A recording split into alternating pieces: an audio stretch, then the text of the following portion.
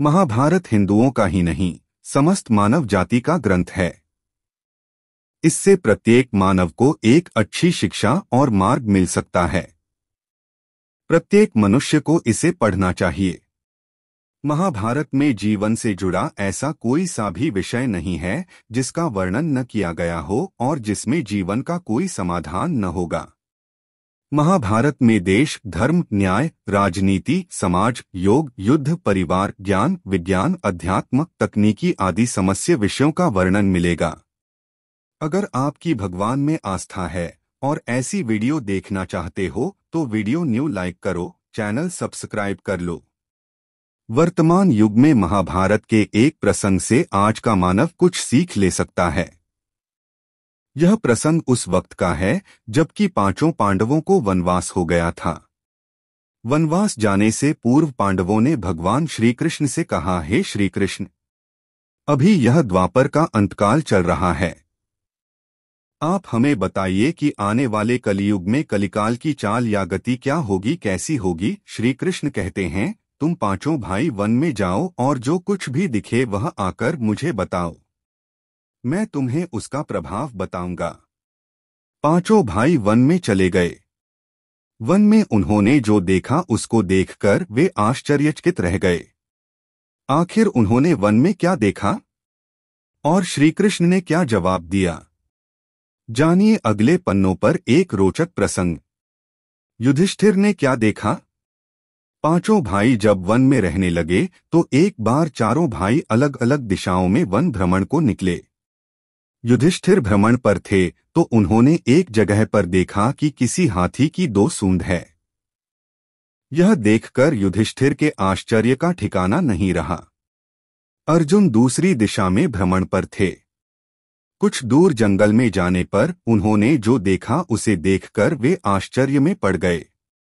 उन्होंने देखा कि कोई पक्षी है, उसके पंखों पर वेद की ऋचाएं लिखी हुई हैं, पर वह पक्षी मुर्दे का मांस खा रहा है। भीम ने क्या देखा। दोनों भाइयों की तरह भीम भी भ्रमण पर थे। भीम ने जो देखा वह भी आश्चर्यजनक था। उन्होंने देखा कि गाय ने बछड़े को जन्म दिया है।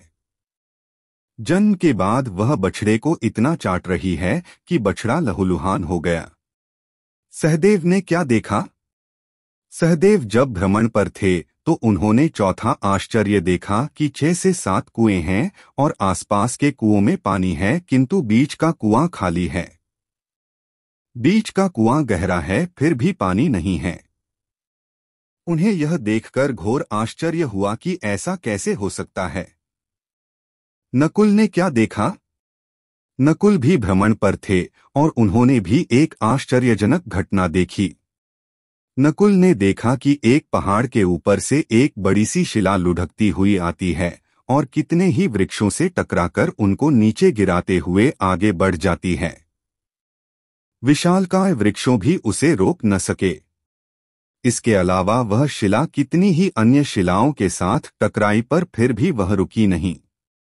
अंत में एक अत्यंत छोटे पौधे का स्पर्श होते ही वह स्थिर हो गई। पांचों भाइयों ने अपने देखे गए दृश्य की चर्चा की और शाम को श्री कृष्ण को अपने अनुभव सुनाए।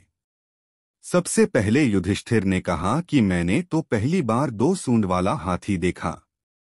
यह मेरे लिए बहुत ही आश्चर्यजनक था।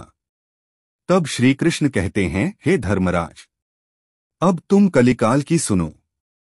कलियुग में ऐसे लोगों का राज्य होगा जो दोनों ओर से शोषण करेंगे।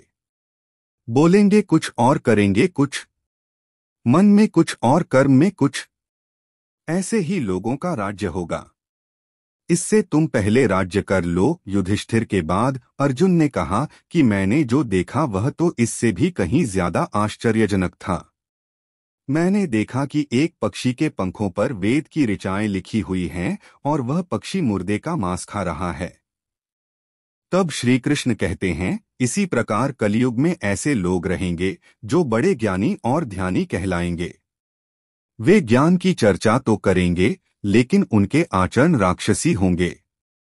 बड़े पंडित और विद्वान कहलाएंगे किंतु वे यही देखते रहेंगे कि कौन सा मनुष्य मरे और हमारे नाम से संपत्ति कर जाए। हे अर्जुन, संस्था के व्यक्ति विचारेंगे कि कौन सा मनुष्य मरे और संस्था हमारे नाम से हो जाए।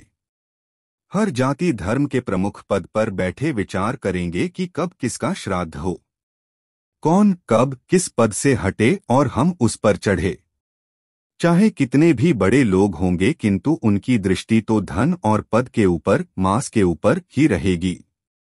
ऐसे लोगों की बहुतायत होगी, कोई कोई विरला ही संत पुरुष होगा। अर्जुन के सवाल के जवाब के बाद भीम ने अपना अनुभव सुनाया। भीम ने कहा कि मैंने देखा कि गाय अपने बछड़े को इतना चाटती है कि बछड़ा लहूलुहान हो जाता है।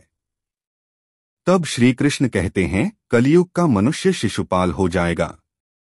कलयुग में बालकों के लिए ममता के कारण इतना करेगा कि उन्हें अपने विकास का अवसर ही नहीं मिलेगा। मोहमाया में ही घर बर्बाद हो जाएगा। किसी का बेटा घर छोड़कर साधु बनेगा तो हजारों व्यक्ति दर्शन करेंगे, किंतु यदि अपना बेटा साधु बनता होगा तो रोएंगे कि मेरे बेटे का क्या होगा। इतनी सारी ममता होगी कि उसे मोहमाया और परिवार में ही बांधकर रखेंगे और उसका जीवन वहीं खत्म हो जाएगा। अंत में बेचारा अनाथ होकर मरेगा।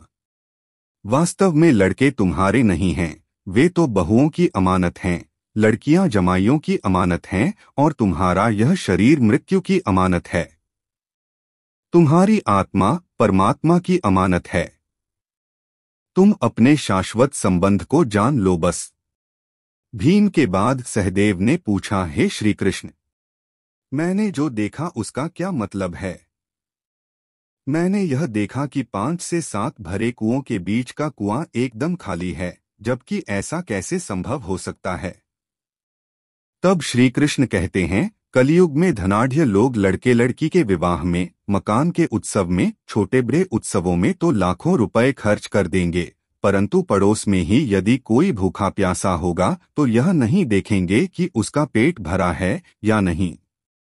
उनका अपना ही सगा भूख से मर जाएगा और वे देखते रहेंगे। दूसरी ओर मौज मदिरा, मांस भक्षण, सुंदरता और व्यसन में पैसे उड़ा देंगे, किंतु किसी के 2 आंसू पोंछने में उनकी रुचि न होगी। कहने का तात्पर्य यह कि कलयुग में अन्न के भंडार होंगे, लेकिन लोग भूख से मरेंगे। सामने महलों बंगलों में ऐशो आराम चल रहे होंगे, लेकिन पास की झोपड़ी में आदमी भूख से मर जाएगा। एक ही जगह पर असमानता अपने चरम पर होगी। सहदेव के बाद नकुल ने श्री कृष्ण को बताया कि मैंने भी एक आश्चर्य देखा। वह यह कि एक बड़ी सी चट्टान पहाड़ पर से लुढ़की, वृक्षों के तने और चट्टानें उसे रोक न पाए, किंतु एक छोटे से पौधे से टकराते ही वह चट्टान रुक गई।